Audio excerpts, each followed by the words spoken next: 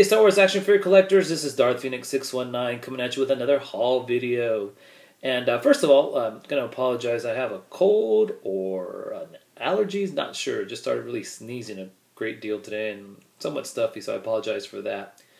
But this weekend, March 8th, March 9th, 2014, I attended the first ever Wizard World Sacramento Comic-Con. I went on Saturday and Sunday, and I had a blast. It was an experience for sure. It was my first big convention, and I had a great time. You know, I went by myself, but met a lot of people there, especially in lines. Talked to a bunch of artists and just different people there, and of course met up with fellow YouTubers. The Joker Fett, which I just posted a video not too long ago. With him at the convention, and Scabcat242 Kyle, who I always run into conventions. It's always great to see him, and it was fantastic. I attended a few panels, most notably Billy D. Williams, which was really enjoyed that, and Jason David Frank, the Green White Power Ranger. I grew up watching that show, so it was his panel was fantastic, and I went to a couple panels that were more informative. I wasn't able to go some of the bigger names only because, I was tired by the end of the day, and I have a 2-year-old, a wife, I had to get home and whatnot. But I was pretty exhausted. But I mean, it was worth it. I had a great time. Met a couple celebrities, quote unquote, and I'll be showing you off some of my autographs that I got. I didn't get any action figures, so sorry to disappoint, guys, but they didn't have much. I was surprised. I guess, being a Comic-Con, the biggest focus was comic books. I got a ton of comic books, so I will be sharing those with you today. And they had a lot of Marvel Universe DC figures. I thought they were overpriced. Some of them were actually pretty good, but it's just not lines that I collect. I collect Marvel Universe 3 3/4 inch. I think I said, did I say Marvel Universe? I can't remember, but they didn't have very many of those, and what they did was overpriced, but they did have Legends and the Diamond Select ones, and the pop vinyls. I saw those things everywhere, but not much in Star Wars, and the little bit that they did have was just way too much. They were really trying to, sell them for pretty high prices, and there was a lot of other fantastic stuff too, but I just really stuck to the dirt cheap comics, the few selections that there were. So I will share this though. Here's my Sacramento Comic-Con program guide, which is really cool. I won't go into detail of that, but I will share this. I was such in a fix to buy toys since I didn't buy any this weekend.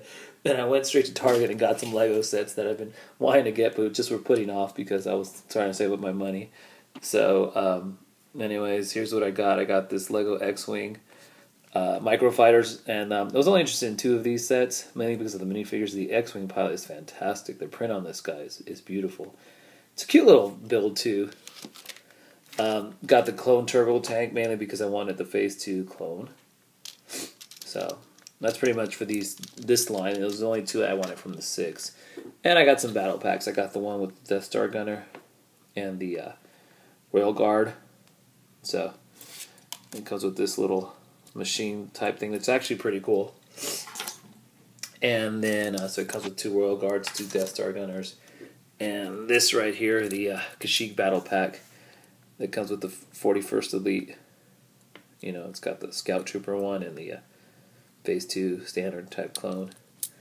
And it comes with two of those guys, 2 of each, and then it comes with this little Swamp Speeder, which I think is basically useless. I have the one that was released a few years back, which is a lot bigger and a lot more to scale and, just more detail. So I don't know what I'm going to do with this one. Spare parts, I guess. Give it to my nephew. But anyway, so I got those because I just wanted something. But now on to my comic books.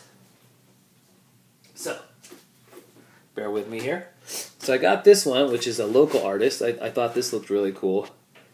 And I just wanted to kind of, support some more of the local artists. It's called Victims of Villains, a support group. Just the premise behind it was really cool, and he signed that, so I got that. Gotta help out the local guys. Okay. So I'm not gonna show these all. I'm just gonna kind of show you the ones that I got. I got a Batgirl #1, and this was cover price. I actually saw another guy selling this for $20, I think it was, or something like that, and I got it for $3. So that's cool. I love that series. Teen Titans number 83. I think I got this one for $1. So it's a 100-issue series. I think I only need like 7 more to go. Got Superman number 21. The cover's by a guy named Kirkham, but the art and size by Kenneth Rocafort, which is my favorite current artist. Got some old 90s comics here. Spider-Man, X-Force. I was looking back at some of the issues I collected as a kid, and I wanted to fill in some gaps. This is one of them. So, it's by Todd McFarlane, and here's another one with the lizard. I can't remember how much I got these for. Just about every one of them was less than $1. Got a bunch of these comics. I think they were 75% off. So, I got a bunch of Justice League from the late 2000 series, 07. And it's artwork by Venice, which I really enjoy, and can't go on with the Justice League. So I got a bunch of those. Here's one of my favorite ones right there. So got a nice stack. So 75% off $3. It's like what, 75 cents or something like that. I don't know. This is probably the only comic that I bought that I spent more money than I wanted to, and it was Star Wars Legacy number 4. It was half off, so I got it for $5. But this is a really hard to come by issue. I've been looking for it everywhere, even online. It's not something that I see very often, and it might be due to that cover art with Malaval and the Stormtroopers. But I thought it was worth it. I picked it up. I don't regret it, and it's great to have that one in my collection.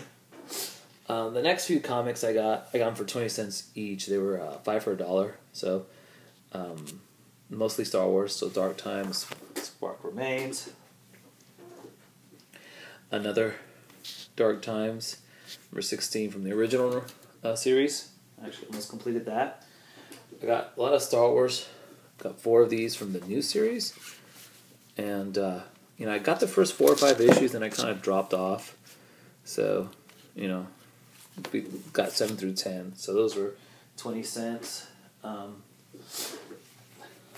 of the Jedi, which is a series I do enjoy. Got 2 of those. And the new Legacy series, and I read the first issue, and I wasn't a fan, but I needed to get 5. I had about 8 comic books. I needed to get 2 more to make it even $2. So I just picked up these 2, and I'll read them, give it another chance. I already got better. This one is Darth Vader the Ninth Assassin. Got one for $1.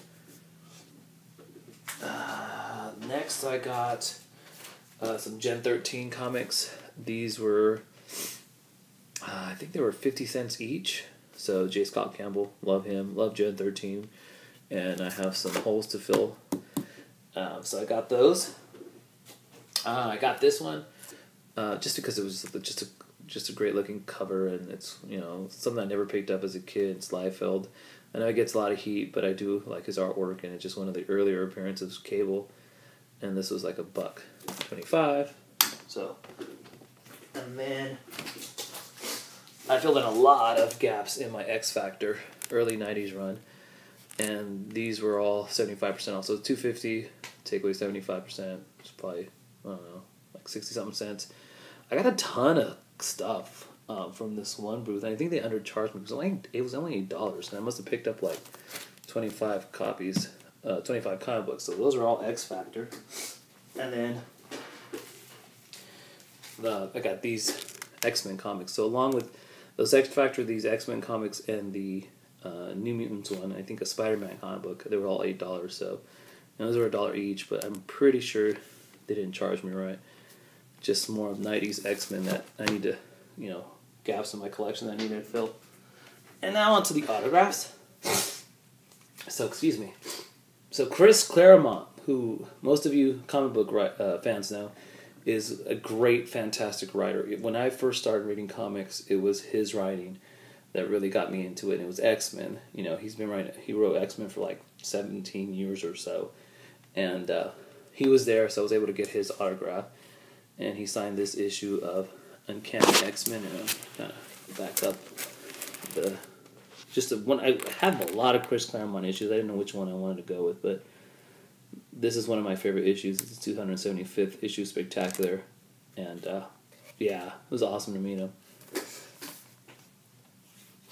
And then finally, My younger viewers may have to avert their eyes.